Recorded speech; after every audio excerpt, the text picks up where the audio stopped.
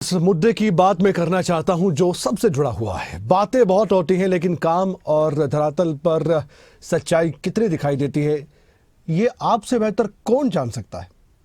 लेकिन जो हो रहा है वो दिखाना भी तो जरूरी है। पॉल्यूशन की मार झेल रही राजधानी दिल्ली में प्रदूषण इन दिनों लगातार खराब श्रेणी में जाता जा रहा है।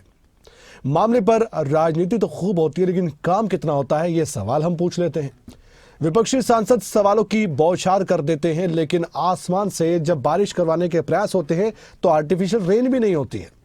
सरकार भी विपक्ष को बखूबी इस सवाल के जवाब तो दे देती है लेकिन बात वही है कि कौन क्या कर रहा है। सियासत के साथ साथ प्रदूषण कम होने का नाम नहीं ले रहा। रिपोर्ट देखिए और खुद समझिए, पॉल्यूशन पर भी राजनीति होती है। राष्ट्रीय राजधानी दिल्ली एनसीआर में वायु प्रदूषण ने लोगों का जीना मुश्किल कर दिया है। हवा की गुणवत्ता आए दिन बद से बदतर होती जा रही है। लगातार खराब होती हवा, बढ़ते प्रदूषण को लेकर सियासत भी गर्मा गई है। प्रदूषण के कारण पक्षी ऊंची उड़ान नहीं भर पा रहे। बच्चे और बुजुर्गों को सांस लेने में तकलीफें हो रही हैं। दिल्ली में सर्दी की शुरुआत होते ही प्रदूषण की समस्या गंभीर हो जाती है। इस मुद्दे पर संसद से लेकर सड़क तक शोर मचा हुआ है। स्वच्छ हवा की मांग करते हुए इंडिया गेट से लेकर संसद में प्रदर्शन हो रहा है। विपक्षी दल इस मुद्दे को गंभीर बताते हुए और मौजूदा सरकार को जिम्मेदार ठहराते हुए प्रदर्शन कर रहे हैं। की जिम्मेदारी बनती है कि वे कुछ करें। छोटे छोटे बच्चे हवा वाले मर रहे हैं, बुजुर्ग लोग जब मैं जैसी बहुत सारे हैं उनके लिए भी मुश्किल है।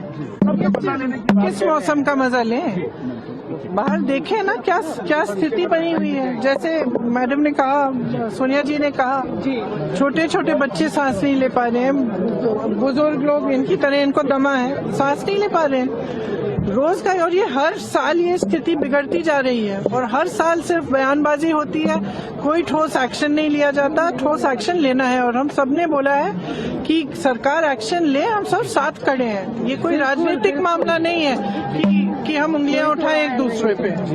वायु प्रदूषण जानलेवा हो चुका है, वायु प्रदूषण जानलेवा हो चुका है।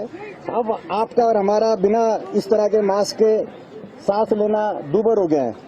इसीलिए पहन के आए। आज कार्यस्थगन प्रस्ताव मैंने दिया वायु प्रदूषण पे। प्रधानमंत्री जी इसमें पहल लें, सारे मुख्यमंत्रियों को बुलाया जाए और एक परियोजना देश के सामने रखी जाए वायु प्रदूषण से छुटकारा पाने के लिए।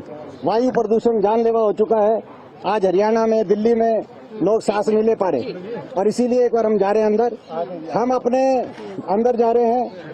जब एक बार अपना हमारा एडजर्नमेंट मोशन आ जाएगा उसके बाद बाहर आकर इस पे आपसे अच्छी तरह से दोबारा से बात देंगे। सोनिया जी ने एक लेख भी लिखा है। सोनिया जी ने भी लेख लिखा है और मैं समझता हूं कि ये आज हर नागरिक राजनीति से ऊपर उठते हुए मुद्दा है। और हर सर्दी में जानलेवा हम हवा, जहरीली हवा लें और उसके बाद भूल जाएं, फरवरी आते आते भूल जाए, देश भूल जाता है। ये नहीं चलेगा। प्रधानमंत्री जी इसमें पहल लें, सारे मुख्यमंत्रियों को बुलाएं, सारे देश के जितने भी हमारे एनसीआर के प्रदेश है उनके मुख्यमंत्रियों को बुलाया जाए। प्रधानमंत्री जी पहल लें, बैठक लें, सबको साथ लेकर एक परियोजना, ठोस परियोजना बजट के साथ देश के सामने पेश की जाए। ये मेरी मांग है। एडजर्नमेंट मोशन मैंने दिया है वायु प्रदूषण को लेकर अभी लोकसभा के अंदर। तो वहीं बीजेपी सांसदों ने विपक्ष के आरोपों पर पलटवार करते हुए कहा कि सरकार प्रदूषण से राहत दिलाने के लिए दिन रात काम कर रही है, लेकिन 27 साल तक महागठबंधन की सरकार थी, तब उन लोगों को प्रदूषण नहीं दिखा। मानक के अनुरूप क्यों नहीं रहा था आपके समय? अब वर्तमान सरकार प्रयत्न कर रही है और इसका प्रतिफल क्या है कि सरकार ने 4000 करोड़ रुपए से अधिक का निवेश एनसीएपी यानी नेशनल क्लीन एयर प्रोग्राम के तहत किया है और इससे अधिक का जो इलेक्ट्रॉनिक वाहनों को बढ़ावा दिया है। जो ग्रेडेड रिस्पांस एक्शन प्लान है उसको सरकार सख्ती के साथ लागू कर रही है।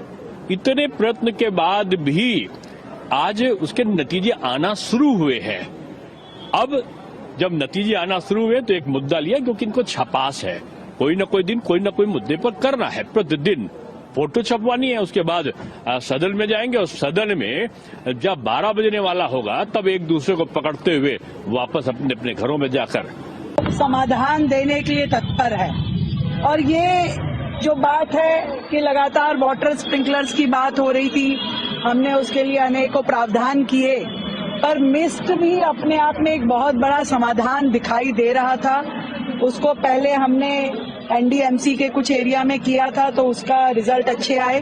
अब दिल्ली की सभी सड़कों पे इसको लेके जाने की एक विस्तृत योजना दिल्ली सरकार बना रही है। उसके तहत आज हमने यहाँ आईटीओ पे आप देख रहे हैं कि आपने इलेक्ट्रिक पोल्स पे मिस्ट लगाई है और इसमें बहुत ही अच्छा रिजल्ट दिखने को मिल रहा है। अभी प्राइमा फेसी हम लोग ऐसे अपने 9 हॉटस्पॉट के आसपास का जितना एरिया है वहाँ सभी जगह जहाँ पे मैक्सिमम हॉटस्पॉट क्या है, हॉटस्पॉट है कि जहाँ सबसे ज्यादा प्रॉब्लम है। अगर एजेंट मोशन की बात करें तो रोज किसी न किसी विषय पर एजेंट मोशन कांग्रेस और उनके साथियों द्वारा दिया जाता है। प्रदूषण की बात करें, दिल्ली में प्रदूषण का स्तर है, इसमें कोई शक नहीं है, लेकिन 27 साल तक जिन लोगों की सरकार महागठबंधन के लोगों की थी तब उन्हें प्रदूषण नजर नहीं आया।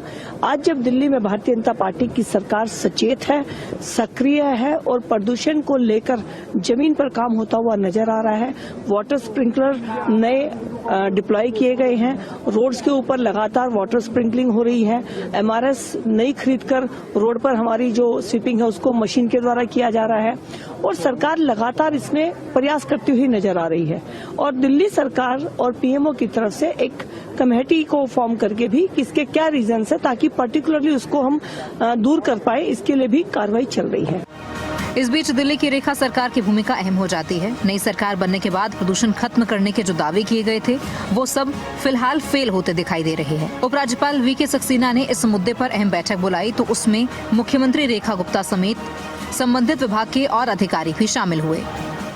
इस रिस्पॉन्सिबिलिटी को शेयर करें कि दिल्ली को साफ रखने के लिए, दिल्ली को इस समय प्रदूषण की जब इतनी बड़ी मार दिल्ली पे पड़ रही है तो सब लोग मिलकर के अपने एफर्ट करें।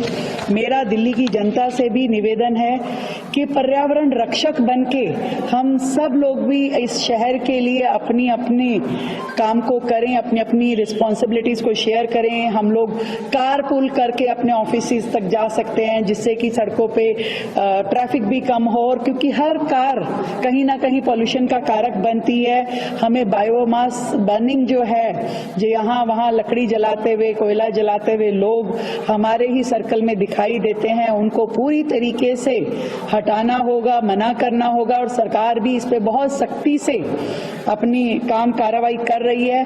अगर जरूरत पड़ी तो हमें ऐसे लोगों को बहुत सख्ती से और भी लेंगे हम। तो वहीं दिल्ली के साथ लगते और एनसीआर में आने वाला गुरुग्राम भी प्रदूषण से अछूता नहीं रहा।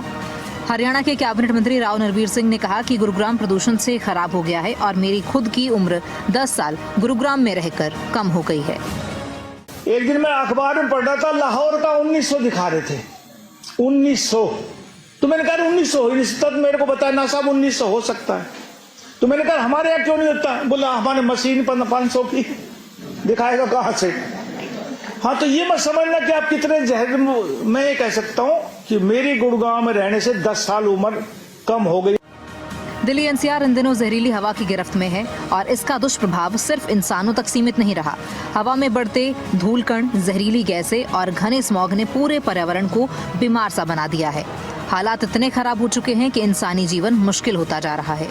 वायु प्रदूषण को राष्ट्रीय स्वास्थ्य आपदा बताते हुए सरकार को आगाह किया गया कि लोग एक दशक से जहरीली हवा में जी रहे हैं, लेकिन मामले में सियासत कम होने का नाम नहीं ले रही। डेस्क रिपोर्ट, खबरें अभी तक।